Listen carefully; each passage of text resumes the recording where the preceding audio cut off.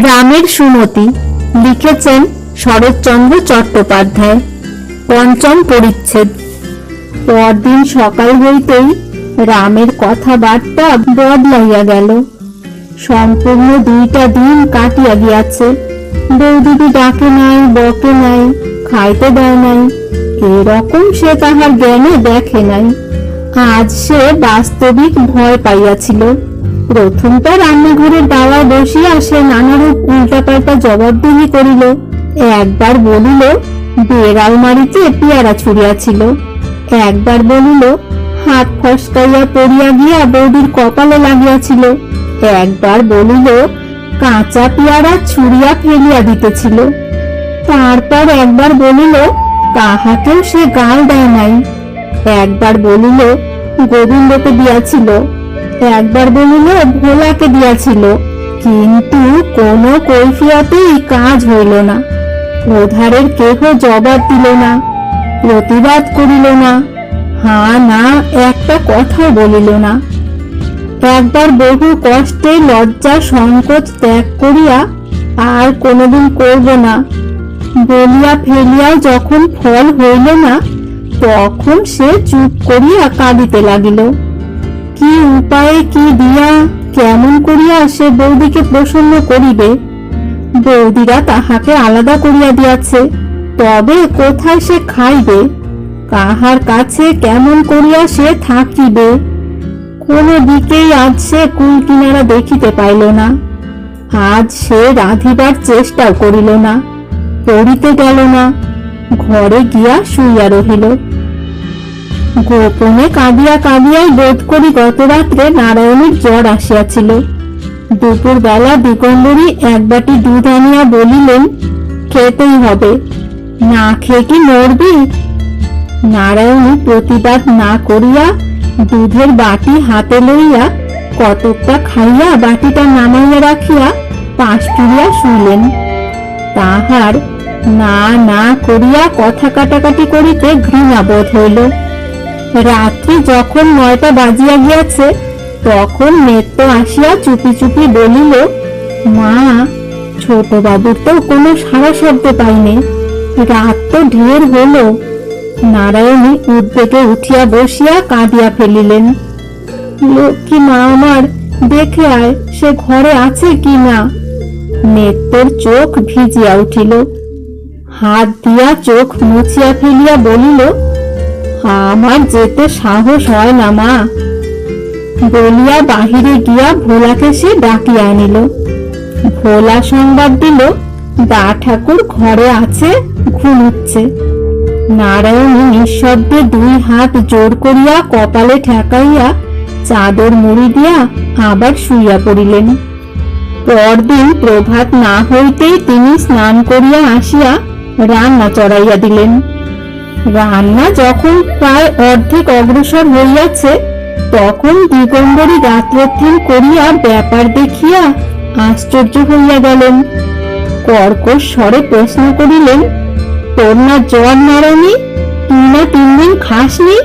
ভোরবেলা উঠে চান করে এসে এসব কি হচ্ছে জিজ্ঞেস করি। নারায়ণী স্বাভাবিক মৃদু কণ্ঠে বলিলেন, রাখছি, দেখতে তো পাচ্ছ। তা তো পাচ্ছি, কিন্তু কেন কেন শুনি? তুই কি আমার হাতে খাবিনি? নারায়ণী জবাব দিলেন না, কাজ করিতে লাগিলেন। কাল সমস্ত দিন ধরিয়া রাম এই একটা কথা ভাবিতেছিল। বৌদিদির না জানি কত লাগিয়াছে। একটা কাঁচা পেয়ারা লইয়া বারবার কপালের উপর ঠুকিয়া সে আঘাতের গুরুত্ব উপলব্ধি করিবার চেষ্টা করিয়া শেষে ভাবিতে বসিয়াছিল কি করিলে এই কুকর্মটা মুছিয়া ফেলিতে পারা যায়। ভাবিতে ভাবিতে তাহার মনে পড়িয়া গেল কিছুদিন পূর্বে বৌদি তাহাকে এখানে থাকিতে নিষেধ করিয়াছিলেন। শেষে স্থির করিল সে আর কোথাও চলিয়া গেলে বৌদি খুশি হইবে। তাহার মামার বাড়ি তারকেশ্বরের ওদিকে, অথচ কোথায় সে ঠিক জানে না। সেইখানে গিয়া খুঁজিয়া লইবে সংকল্প করিয়া সে একটি ছোট পুতুলি বাঁধিয়া লইয়া প্রভাতের প্রত্যাশায় অপেক্ষা করিয়া বসিয়া রহিল। নারায়ণী রান্না শেষ করিয়া একখানি থালায় সমস্ত দ্রব্য পরিপাটি করিয়া সাজাইতেছিলেন। দ্বারের কাছে ভোলা আসিয়া ডাকিল, মা। নারায়ণী ফিরিয়া ভোলাকে দেখিয়া বলিলেন, কি রে ভোলা, এই কয়টা দিন সে বাহিরে গরুর সেবা করিত বটে, কিন্তু রামের ভয়ে ভিতরে আসিত না।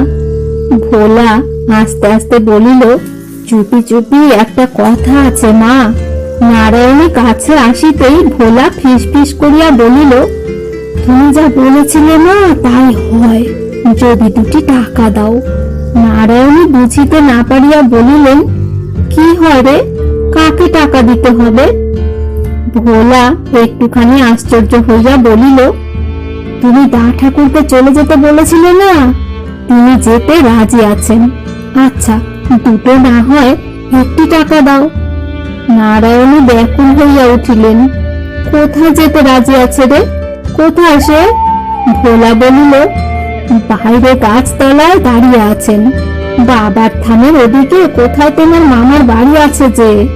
যা ভোলা, শিগগির ডেকে আন, বল আমি ডাকছি। ভোলা ছুটিয়া গেল। নারায়ণী কাঠ হইয়া দাঁড়াইয়া রহিলেন। অনতিকাল পরেই রাম একটি ছোট পুতুলি হাতে লইয়া কাছে আসিয়া দাঁড়াইতেই নারায়ণী নিঃশব্দে তাহার হাত ধরিয়া ঘরের মধ্যে টানিয়া লইয়া গেলেন। দূর হইতে দিগম্বরী রামকে রান্নাঘরে ঢুকিতে দেখিয়া আশঙ্কায় পরিপূর্ণ হইয়া দ্রুত পদে ঘরে ঢুকিয়া দেখিলেন, সাজানো থালার সম্মুখে নারায়ণীর কোলের উপর বসিয়া রাম বুকের মধ্যে মুখ লুকাইয়া আছে, এবং তাহার মাথার উপর পিঠের উপর আরেকজনের অশ্রু বৃষ্টির ধারার মতো ঝরিয়া পড়িতেছে। অবাক হইয়া কিছুক্ষণ চাহিয়া থাকিয়া তিনি বলিলেন, ও তাই এত রান্না, খাওয়ানো হবে বুঝি?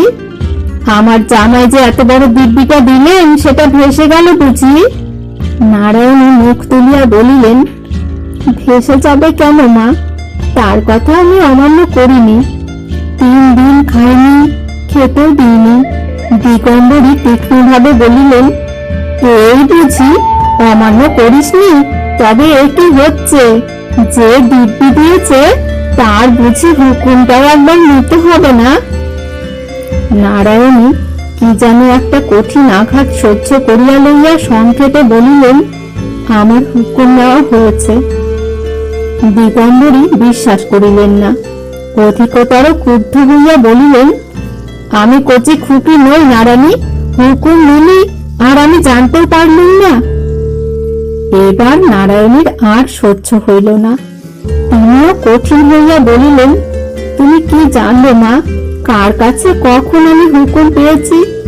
মা, যার মুখ আছে সেই দিব্যি দিতে পারে, কিন্তু বলিয়া তিনি গভীর স্নেহে রামের লজ্জিত মুখ জোর করিয়া বুকের ভিতর হইতে তুলিয়া ধরিয়া তাহার ললাটে চুম্বন করিয়া বলিলেন, কিন্তু যাকে বুকে করে এতটুকুকে বড় করে তুলতে হয় সেই জানে হুকুম কোথা দিয়ে কেমন করে আসে। তোমাকে ভাবতে হবে না মা, এখন একটু সামনে থেকে যাও, দুটো খাইয়ে দিই, ও আমার 3 দিন অনাহারে আছে। বলিতে বলিতে তাহার চোখের জল আবার ঝরিয়া পড়িতে লাগিল। দিগম্বরী এক মুহূর্ত স্থির থাকিয়া বলিলেন, এখানে তবে আর আমার কি করে থাকা হবে, এ বাড়িতে আর থাকতে পারবো না, তা তোকে আজ স্পষ্ট বললুম। নারায়ণী বলিলেন, আমিও এই কথাটাই তোমাকে মুখ ফুটে বলতে পারছিলাম না মা, সত্যি তোমার এখানে থাকা হবে না। তোমার চোখে চোখে আমার এত বড় ছেলে যেন আধখানা হয়ে গেছে। ও দুষ্টু হোক যা হোক, আমার বাড়িতে আমার চোখের সামনে ওকে শাস্তি দিতে আমি কাউকে দেব না। আজ তুমি থাকো, কাল কিন্তু বাড়ি যেও, তোমার খরচপত্র আমি সমস্ত পাঠিয়ে দেব, কিন্তু এখানে তোমার আর থাকা হবে না। দিগম্বরী কাঠ হইয়া গিয়া কিছুক্ষণ পরে ধীরে ধীরে বাহির হইয়া গেলেন। রাম বুকের ভিতর হইতে আস্তে আস্তে বলিল, না বৌদি, উনি থাকুন, আমি ভালো হয়েছি, আমার সুমতি হয়েছে। আর একটিবার তুমি দেখো, নারায়ণী আর একবার তাহার মুখ তুলিয়া ধরিয়া ললাটে ওষ্ঠাধর স্পর্শ করিয়া চোখের জলের ভিতর দিয়া মৃদু হাসিয়া বলিলেন, তুই এখন ভাত খা।